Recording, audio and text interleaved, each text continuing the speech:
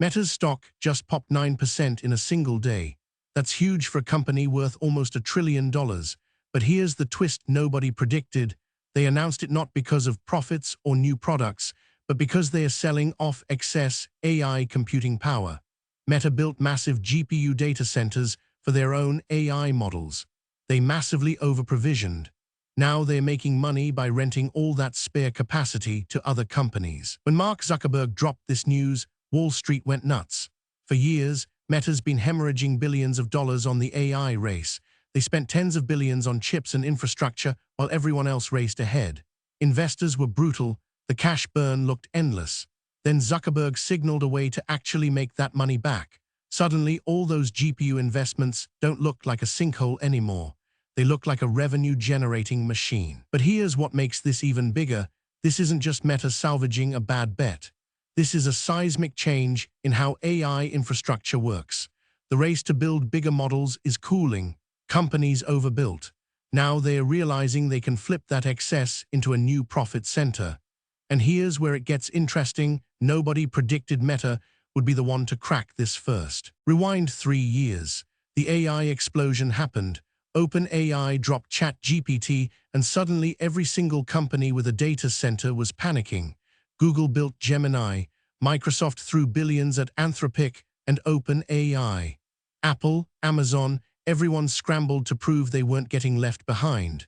Meta did the same. They committed to building their own foundation models.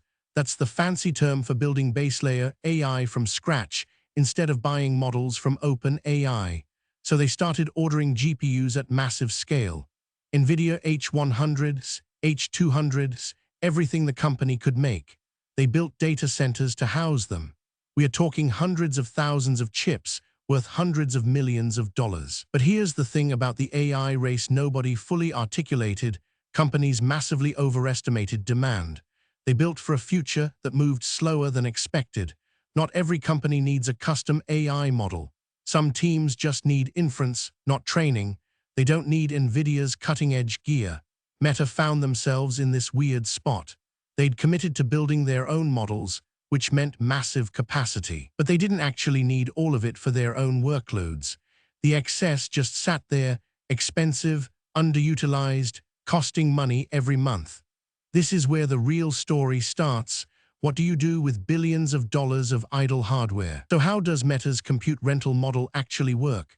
Think of it like owning a massive apartment building that's only half occupied. You're paying property taxes, utilities, maintenance on the entire thing. The smart move, rent out the empty units. That's exactly what Meta's doing with their GPU data centers. They're offering on-demand access to compute resources. Companies rent GPU time by the hour. They spin up virtual clusters, train their models, run inference, process data, all without buying hardware. Meta handles the infrastructure, the networking, the cooling, the electricity, the hardware failures. Customers just submit jobs and pay for what they use. The technical side is elegant.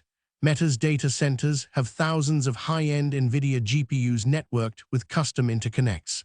They've built software that carves those resources into isolated virtual partitions. One customer trains a large language model on 100 GPUs, while another runs image processing on 1,000 cores somewhere else.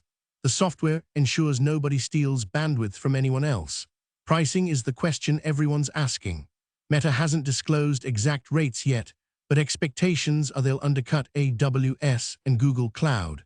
They've got cost advantages, less profit margin pressure, existing infrastructure already paid for. Motivation to fill capacity. Even a slight discount could fill their entire spare capacity. Here's what the headlines aren't telling you. The real win for Meta is ongoing revenue from infrastructure costs already sunk. Who's actually going to buy this? Picture different customers. First, startups building generative AI companies. A new team in Berlin wants to fine-tune their own large language model. They don't have $50 million to buy their own GPU cluster. They can't wait 6 months for Nvidia to ship custom hardware. They need it now. Meta's rental model is perfect. Spin up for 3 months, train the model, pack it down, pay the bill. Zero capital expenditure. Second, established tech companies. Microsoft runs Azure, but they don't have infinite GPU capacity. When demand spikes, they hit ceilings. Some customers actually want diversity, using multiple cloud providers for redundancy. Meta becomes the fallback. Stripe, DuckDuckGo, any company doing machine learning becomes a potential customer. Third, academic institutions and universities. They train models, run research, publish papers. Budgets are tight. Paying per hour for GPUs beats buying hardware that'll be obsolete in 18 months.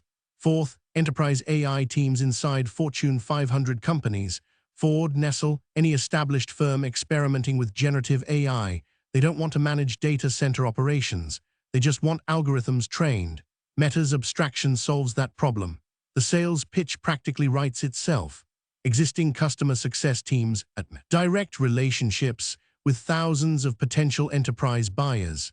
And here's the kicker, Meta's already operating at massive scale. They know how to run compute infrastructure better than almost anyone.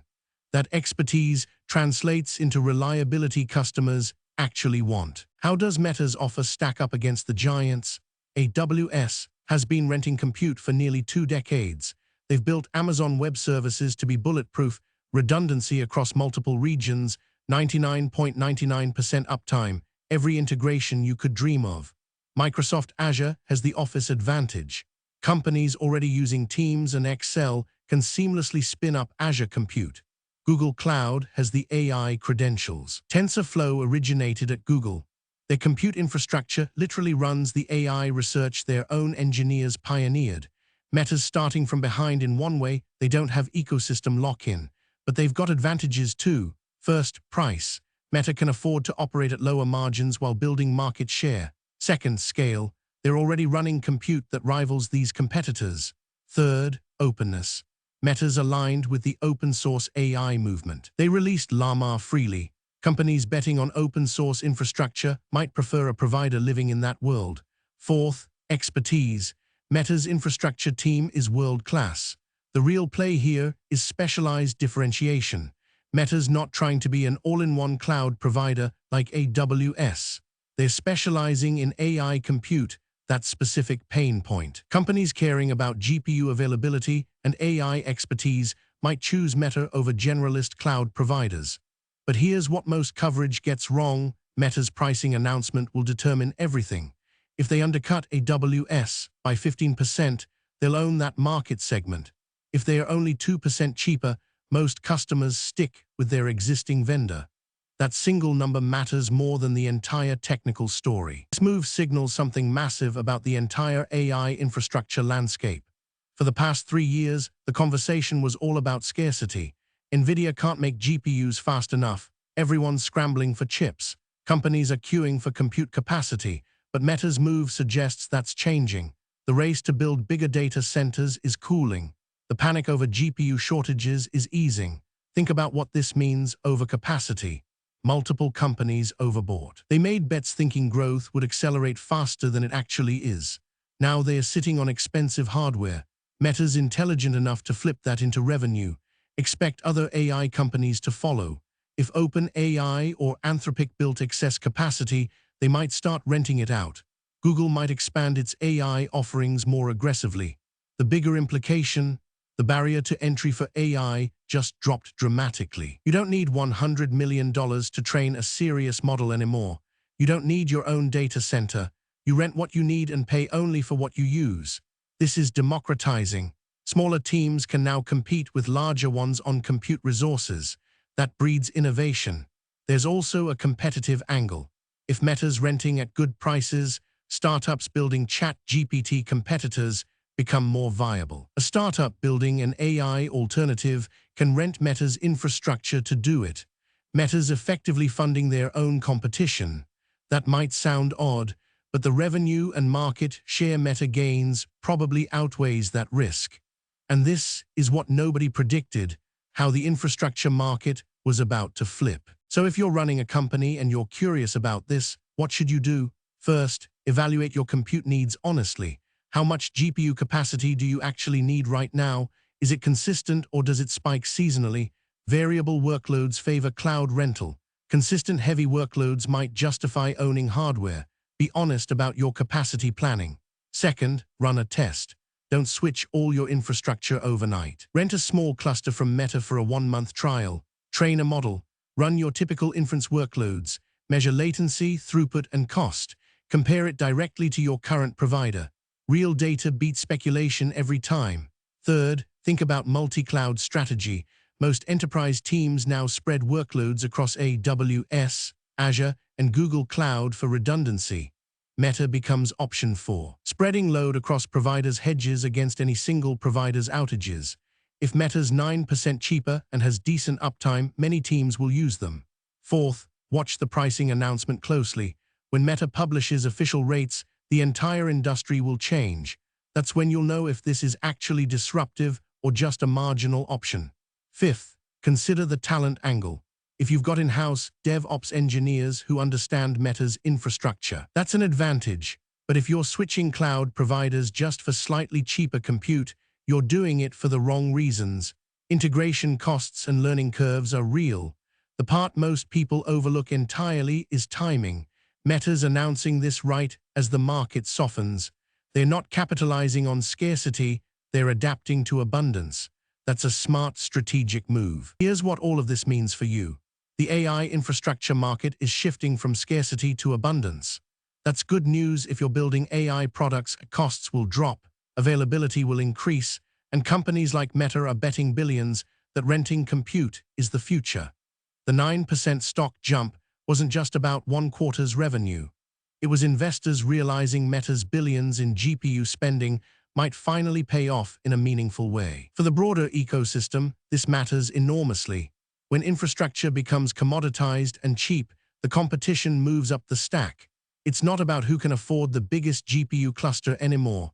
It's about who can write better algorithms, who can get better data, who can train smarter models. Compute becomes a utility like electricity that unleashes innovation. There's a wild part nobody's talking about, though. If multiple companies start renting compute capacity to fund their own AI programs, we enter an interesting arms race where everyone's trying to outbid each other for spare capacity. Meta wants to fill their data centers. Google wants to fill theirs. Amazon wants to fill theirs. Prices should stay competitive. Companies building AI get cheaper access to infrastructure. That creates a feedback loop where more people build AI products, demand increases, and the market grows. Watch Meta's pricing announcement.